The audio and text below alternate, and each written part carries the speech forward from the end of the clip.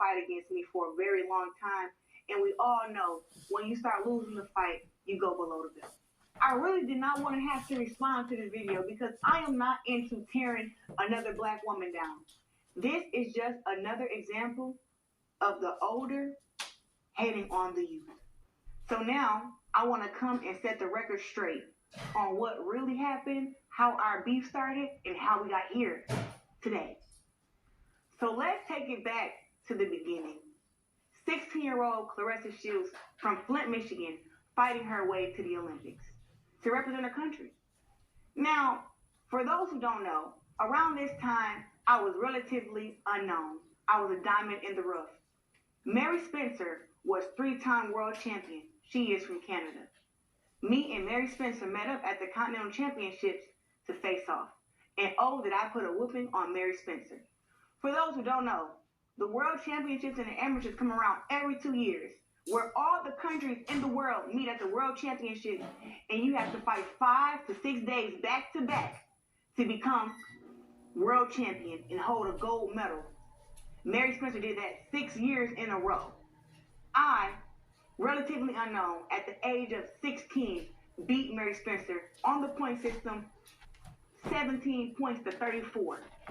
After that, interviews flooded in from all over. One of them is boxer Claressa Shields. She just finished her junior year at Flint Northwestern, and while her classmates enjoy summer vacation, she'll be competing in the world's biggest stage. She has to be one of the potential feel-good stories of the London Games. American Claressa Shields has the potential to stand out from the crowd. At the age of 17, she was the youngest boxer to try out for the national team, and Shields hopes to qualify for the London Olympics by finishing in the top 8 of the middleweight category in China. You know, I always have the highest hopes for myself. So she was not the first person to interview me. Me beating Mary Spencer put everybody on notice. The young black girl from Flint was coming. Speaking of all the interviews that I did, Laila Ali came to the Olympic Training Center where I was training for the Olympics at, and me and her developed a big sister and little sister relationship. And now I wonder if it was even genuine because she gave me bad advice. She told me to stay amateur and win as many Olympic gold medals as I can because there was no TV exposure and no money for women's boxing in the professionals. When she asked for advice, I gave her valuable branding advice and boxing advice so she could have long-term success in and outside of the ring. I told her she should hire a nutritionist, trim off that excess body fat.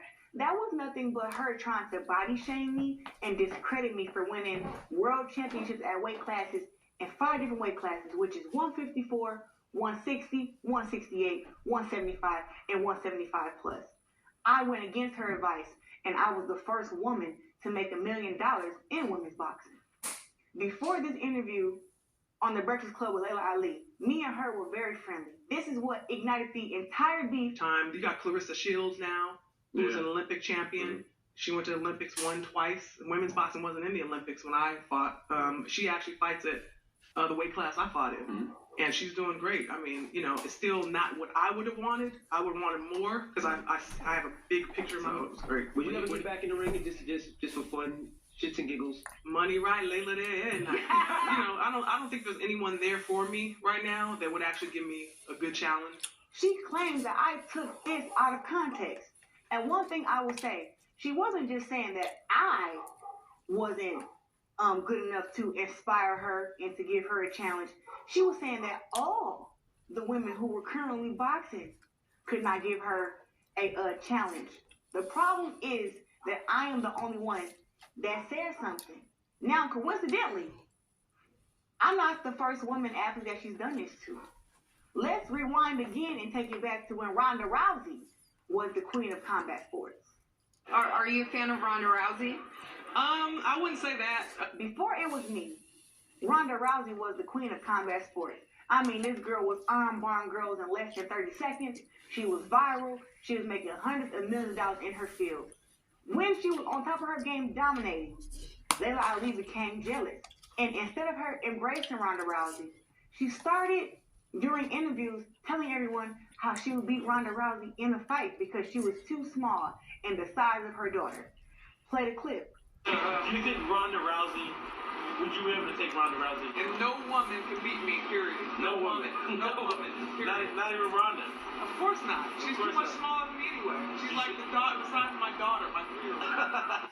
Laila Ali had been retired for years and still entertained conversations about coming out of retirement and fighting Ronda Rousey. Laila Ali was bluffing. She was bluffing then, and she's bluffing now. This is what she does.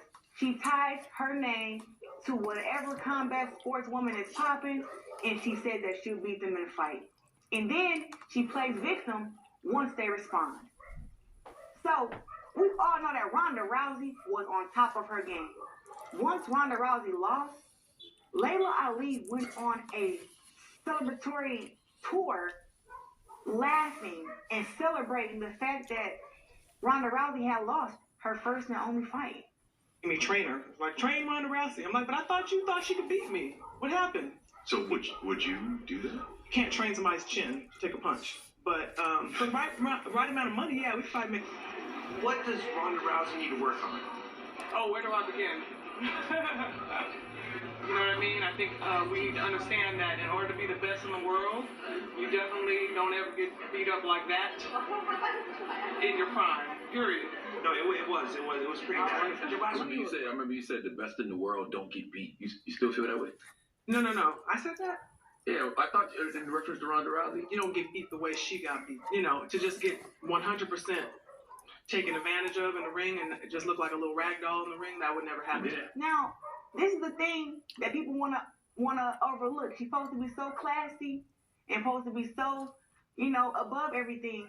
But look at these interviews here where she's clearly laughing at Ronda, discrediting Ronda, talking about how you can't be a great and lose that bad in your prime. She's just taking a dump all over her, and Ronda Rousey was really that girl. So, I don't know if you guys know, but up in boxing, it takes a lot to get inside the ring. It takes a lot to prepare for a fight. And we all have a camaraderie where we don't laugh at each other when we fail, someone loses a fight. We don't kick each other when we're down. We have a good sportsmanship, and if there is any competitive spirit, it's not in a disrespectful way. The way that Laila Ali celebrated Ronda Rousey's loss was disgraceful, and it showed that she has no integrity and that she doesn't even understand how serious the sport of combat sports is. So I'm playing these clips so you guys know it's not just me that Laila Ali hates on. She hates on any woman in combat sports who starts getting more notoriety than her.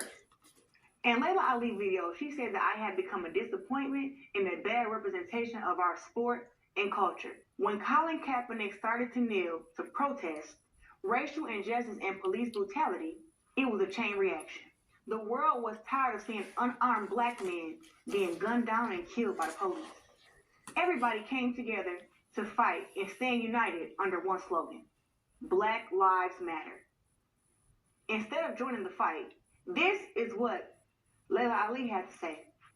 Play the clip. You're black, but we as black people are not calling the shots. We're not in charge. You have to fit in. You have to conform to a certain extent, but still try to be true to yourself. Told you she was a coon. But at the same time, like with me, for example, I don't a lot of times there's posts that I like that I might see that are very pro-black, but I won't post it on my Facebook page because I have fans from all races, from all around the world, and I don't ever like to make people feel separate.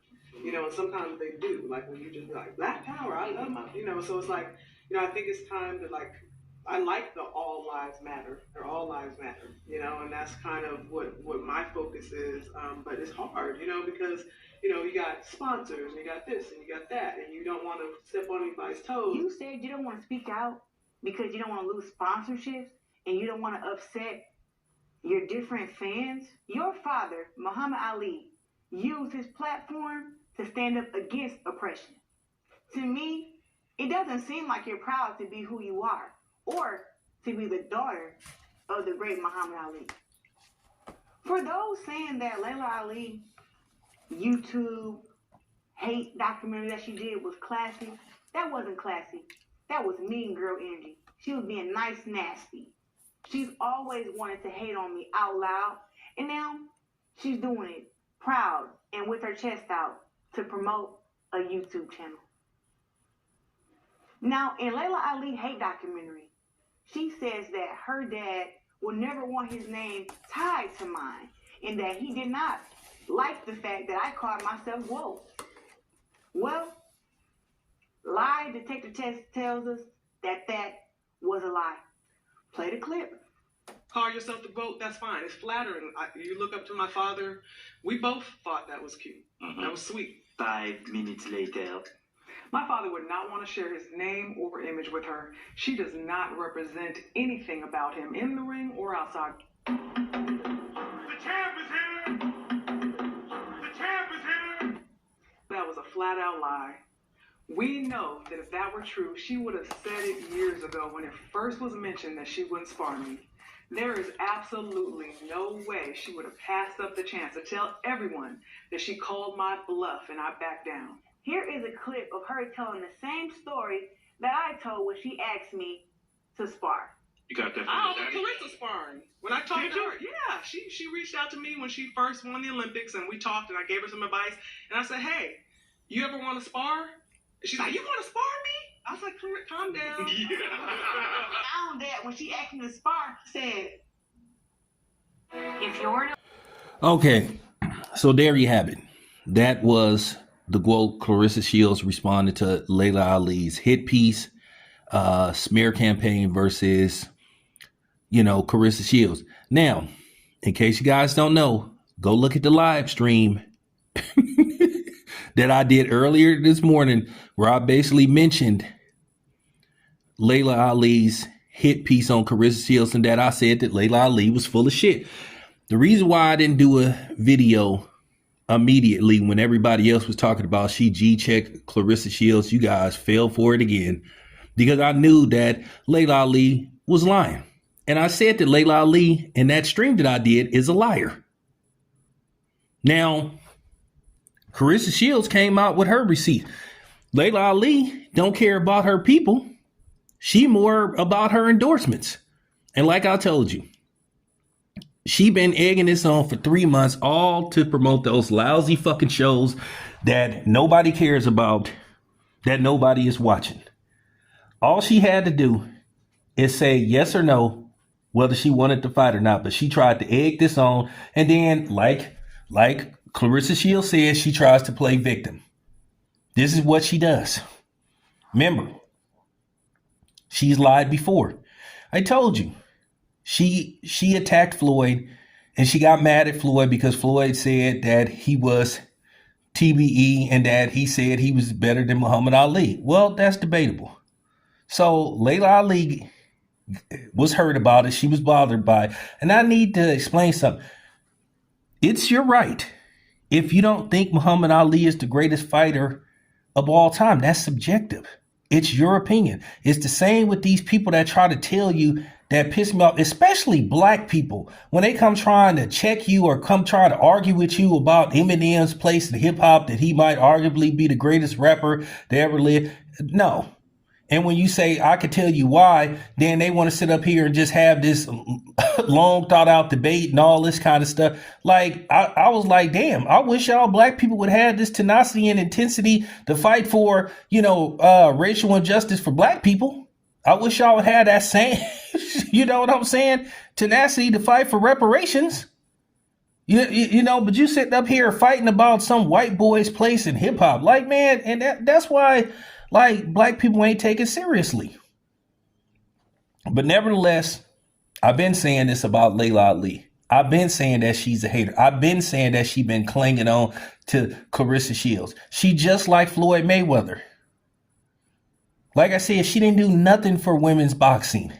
Nobody cared about Laila Ali when she fought. Nobody cared about those soccer moms and Section 8 recipients that she was fighting. Like, for real. When a real challenge came her way, she didn't want to accept it. When Ann Wolfe was coming up, when Ann Wolfe, flatlined that white woman, there